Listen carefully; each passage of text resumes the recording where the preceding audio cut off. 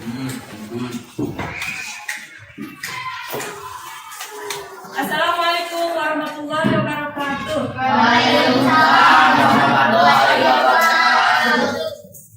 Apa kabar semuanya? Semoga kita semua selalu ada dalam lindungan Allah Subhanahu wa Ta'ala.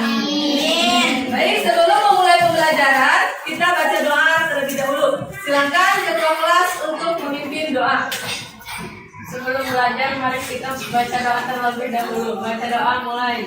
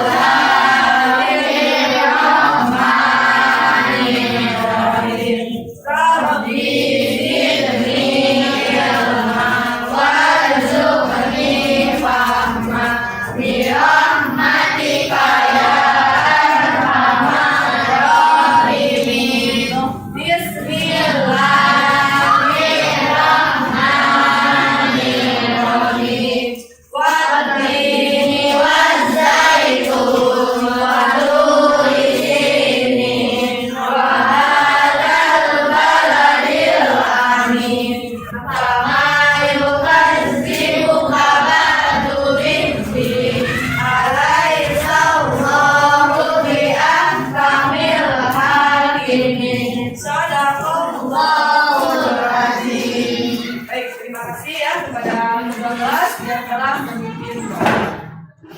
Baik, sebelum memulai pembelajaran untuk materi kita kali ini ya, Ibu akan tanya dulu, kalian masih ingat tentang materi minggu kita yang lalu itu tentang apa? Nabi Sulaiman alaihi salam. Siapa Nabi Sulaiman itu? Anak Nabi Daud. Bagus ya. Nabi Sulaiman adalah masih anak dari Nabi Daud alaihi salam. Nah, untuk materi kita kali ini masih berkaitan dengan kisah keteladanan para nabi yang berjumlah yang wajib diketahui yang jumlahnya ada 20, yaitu Nabi Ilyas alaihi salam. Coba untuk supaya kalian bisa lebih semangat, kita nyanyikan dulu nama-nama nabi yang 25. Adam, Idris, Nuh, dan Hud, Shaleh, Ibrahim, dan Lut, Ismail, Ishak, Yakub. Jadi sebelum Ibu melanjutkan ke materi, Ibu akan membacakan dulu kompetensi dasar, indikator, dan tujuan pembelajarannya. Untuk kompetensi dasarnya 1.3.13 memahami kisah keteladanan Nabi Ilyas alaihissalam. Untuk indikator pencapaian kompetensinya 1. Peserta didik dapat menjelaskan kisah keteladanan Nabi Ilyas alaihissalam. Yang kedua, peserta didik dapat mengidentifikasi sifat keteladanan dari Nabi Ilyas alaihissalam. Untuk tujuan pembelajarannya, setelah mengikuti kegiatan pembelajaran, peserta didik diharapkan dapat 1. Menjelaskan kisah keteladanan Nabi Ilyas alaihissalam dengan benar. Ada yang pernah dengar tentang Nabi Ilyas? Siapa itu Nabi Ilyas? Supaya kalian bisa lebih mengetahui tentang kisah Nabi Ilyas alaihissalam, silakan nanti kalian perhatikan video yang ada di depan ya.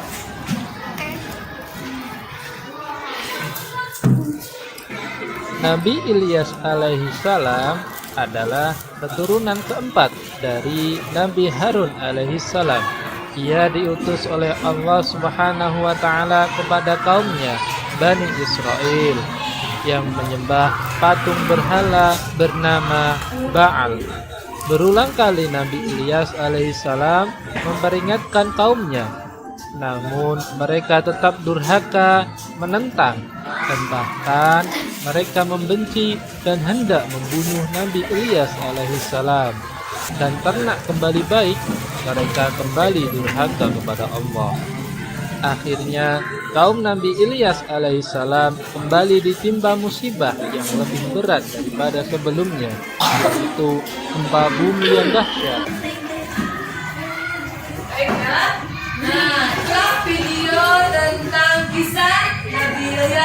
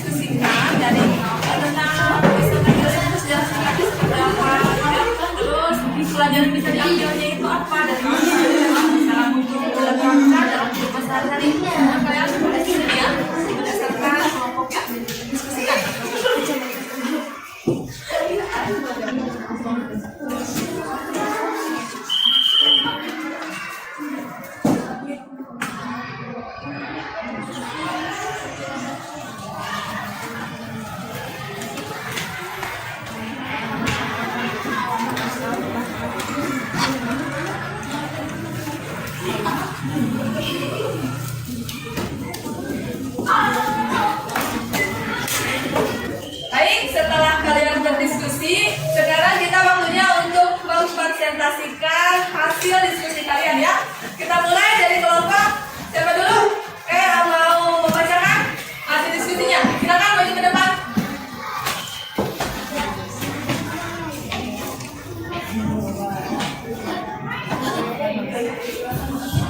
Aku yang lihat merupakan keseluruhan perempuan satu hal.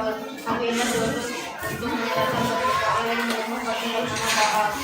Tapi kaum Bani Israel yang mengelakkan Nabi Ilyas, kawan Nabi Ilyas dan kaumnya yang beriman selamat karena mereka itu tidak ada negeri tersebut. Nah, ya kasih tepuk tangan semuanya. Yang telah membacakan sejarah singkat dari Nabi Ilyas alaihissalam. Kita mulai ke kelompok selanjutnya. Ya, silakan maju ke depan.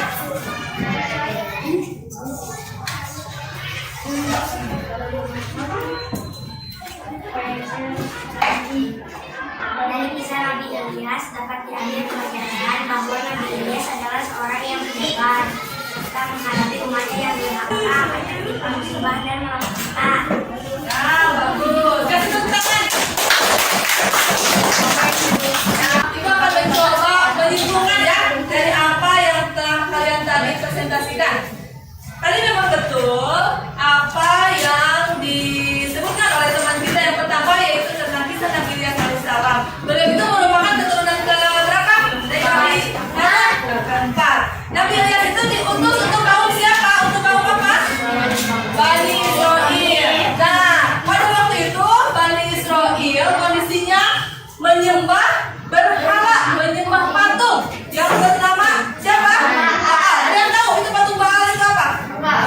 Nah, patung Baal itu adalah dianggapnya oleh mereka itu sebagai dewa, ya, yang berwujudkan seorang wanita, wujudnya seperti seorang wanita yang adanya itu di tengah pusat kota, disimpannya itu patung Baal itu, ya, nama katanya Labat, ya, maka dinamakan apa? Baal. Nah, setelah Nabi Ilyas tadi dikatakan oleh teman kita bersembunyi di dalam gua selama berapa tahun? 10 tahun, yang akhirnya ketahuan oleh raja tersebut. Lalu Nabi Ilyas berpindah tempat mencari persembunyian yang baru. Akhirnya Nabi Ilyas menemukan sebuah rumah yang di dalamnya itu Nabi Ilyas disambut oleh orang yang punya rumah tersebut. Tapi ternyata di dalam rumahnya itu ada yang sedang sakit. Dan Nabi Ilyas mendoakan orang yang sakit tersebut. Ternyata orang yang sakit yang ada di dalam rumah itu adalah Nabi Ilyas alaihissalam. Tapi sayangnya selang berapa tahun, akhirnya kaum Bani Israel kembali lagi menyembah apa? Menyembah berhala. Akhirnya Allah kasih azab yang lebih dahsyat dari yang pertama. Yaitu azabnya apa? Gempa bumi yang sangat dahsyat, sampai akhirnya kaum Nabi Ilyas yang durhaka itu semuanya mati bergelimpangan, kecuali Nabi Ilyas dan orang yang beriman yang selamat, karena mereka sudah meninggalkan tempat tersebut sebelum kejadian terjadi. Pelajaran apa yang bisa diambil dari kisah Nabi Ilyas? Apa kira-kira pelajaran yang bisa diambil dari Nabi Ilyas sebagaimana tadi yang sudah disebutkan oleh teman kita ya? Satu, kita itu dilarang bersikap apa? Sombong. Kenapa dilarang bersikap sombong? Karena kalaupun ada yang boleh sombong di dunia ini adalah hanya siapa? Allah semata ya. Kita lihat contohnya kaum Nabi Ilyas. Mereka menentang Allah, mereka sombong terhadap apa yang Allah ajarkan. Mereka tidak mempercayainya. Artinya apa? Allah kasih apa? Azab. Ya, penderitaan yang sangat luar biasa. Untuk menggali kemampuan kalian, Ibu akan bagikan lagi lembar kerja ya. Silahkan kalian kerjakan secara masing-masing. Waktunya selama 15 menit. Nanti kalau sudah kita kumpulkan kembali ya. Silakan.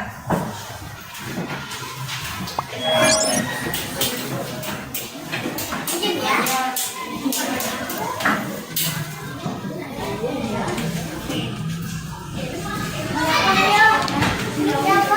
Baik, waktunya sudah selesai untuk belajar lembar kerjanya. Silakan dikumpulkan ya lembar kerjanya hasil dari kerjaan kalian. Terima kasih.